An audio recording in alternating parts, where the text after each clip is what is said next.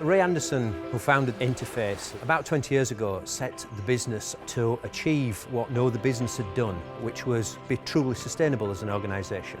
We called that Mission Zero. He often used to say, if and when we achieve Mission Zero, we could become restorative through the power of our influence. The Networks programme is at least the beginning of demonstrating how Interface can become a restorative organisation. Networks is a programme that Interface has developed with the Zoological Society of London and our other partner, Aquafil, who is a fibre supplier to Interface.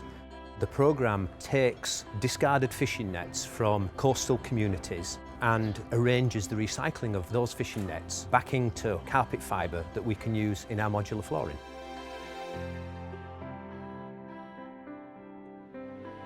What we're doing with Networks is creating a new and innovative and practical example of an inclusive business model.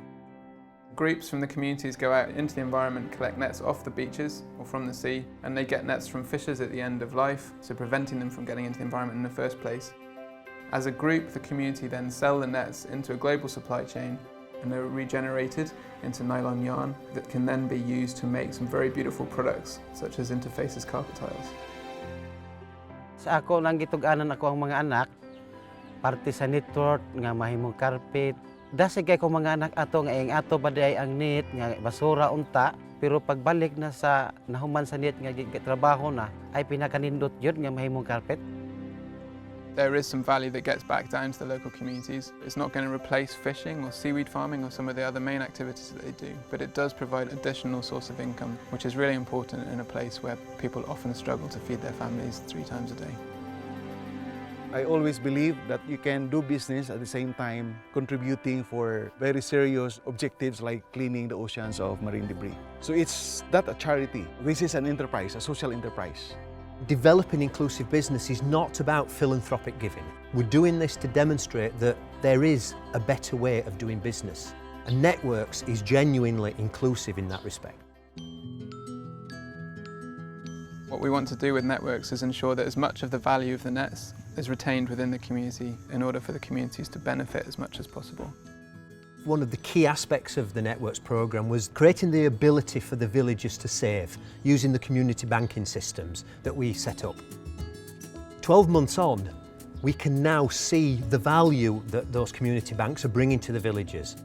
Nalipay mig maayo tungod kay na ang net nakatabang pud ni siya pagdugang sa among savings. Sa kwarta para jud sa ko ang mga anak nga nag-eskwela pagkakaron o sa diha sa kumpanya Malay. Diha ra jud nako gidapat ang kwarta nako diha sa Kumuska.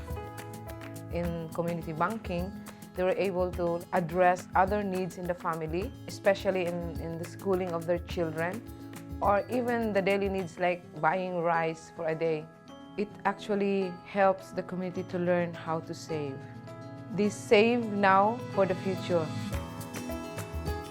One of the exciting things about Networks as a partnership model is the way that we're working together to tackle environmental and social problems in the developing world. Networks required the special skills and adaptability of each one of our partners, with ZSL's conservation expertise and their relationships in the field. Aquafil provided a pioneering Econyl regeneration system, a way of recycling nets without which none of this would be possible. What makes the Networks partnerships so unique is the long-term relationships that we have, the amount of trust that we have. Interface has long been an advocate of an open innovation approach, and Networks really demonstrates that collaborative innovation without finding the right partners wouldn't have been possible. If I look at the Networks initiative, I find it very exciting because, of course, this is a big part of the kind of the work that I do, the perspective that I bring. So the combination of things here with Networks, in terms of the additional livelihood generation, the additional income, along with the banking and the ability now to create a savings plan and to have access to credit, does have the potential to be transformational.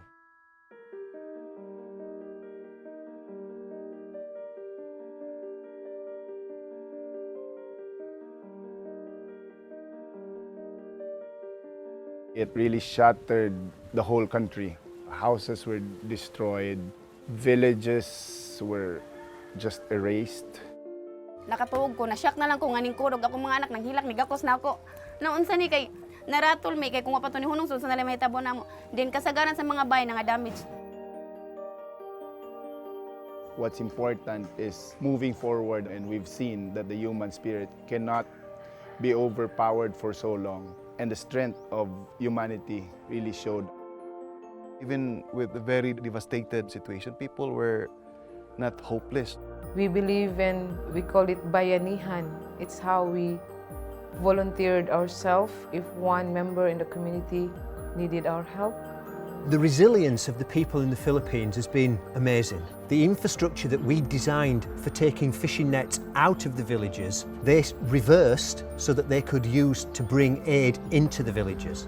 Much of that aid was distributed through the community banks, and people were able to get access to relief faster than they would otherwise have been able to.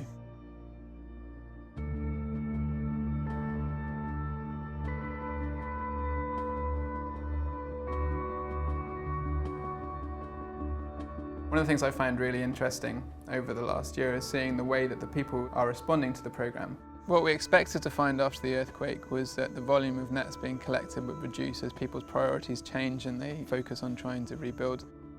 But what we actually found was that in some communities, net collection actually appeared to increase. And so some people were turning to nets as a way of supplementing their livelihoods during that period, which says a lot about the resilience of the model.